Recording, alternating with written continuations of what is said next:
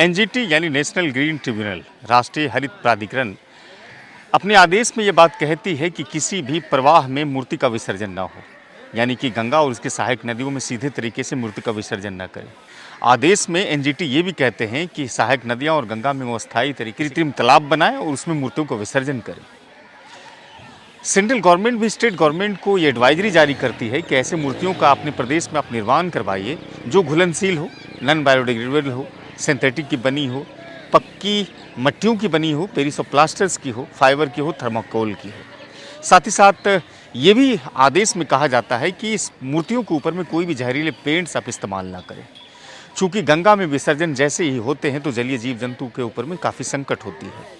नमामि गंगे और अविरल गंगा जैसी बातें भारत में पुरजोर तरीके से कही जाती है और गंगा को प्रदूषण से बचाए रखने के लिए केंद्र सरकार के साथ साथ एनजीटी भी कोशिश करती है कि किसी प्रकार का प्रदूषण गंगा में समाहित ना हो, उसका प्रवाह ना हो। फिलहाल दशहरा समाप्त हो चुका है और बिहार के अलग अलग हिस्सों में जहां गंगा नदियां हैं और सहायक नदियां हैं वहां पर मूर्तियों की विसर्जन भारी संख्या में होती है।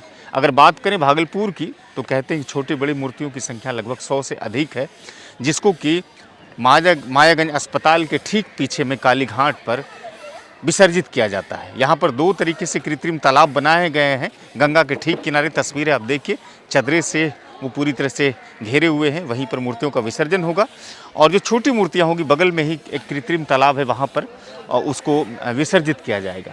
नगर निगम के कर्मी ने जो जानकारी मुझे दी उसके अनुसार ये कही जाती है बातें कि जैसे ही यहाँ पर विसर्जित होगी और उसके बाद जो अवशेष बचेंगे वहाँ से पानी से बाहर निकाल करके उसे किसी दूसरी जगह में शिफ्ट किया जाएगा।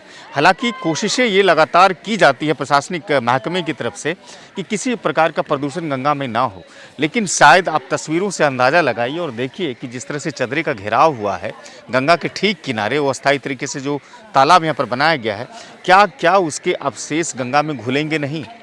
अगर मान के चलिए कि घुल जाते हैं तो क्या जलीय जीव जंतु के ऊपर संकट नहीं हो सकते हैं? ये तस्वीरें आप जो देख रहे हैं उससे अंदाज़ा आप लगाइए और कोशिश ये करिए कि हर साल जो है जो सरकार के गाइडलाइंस होते हैं जिससे कि जहरीले पेंट्स और अन्य चीज़ें जो मूर्तियों में ना लगने वाली हो उसका इस्तेमाल हो। ये तस्वीरें आप सिटी टाइम्स के माध्यम से देख रहे थे और आपको अगर ये जानकारी अच्छी लगे तो ज़रूर साझा कीजिएगा। जानकारी के लिए आपको बताते चलें कि 50,000 रुपये तक का जुर्माना है, जैसा कि मैंने कहा है पहले भी।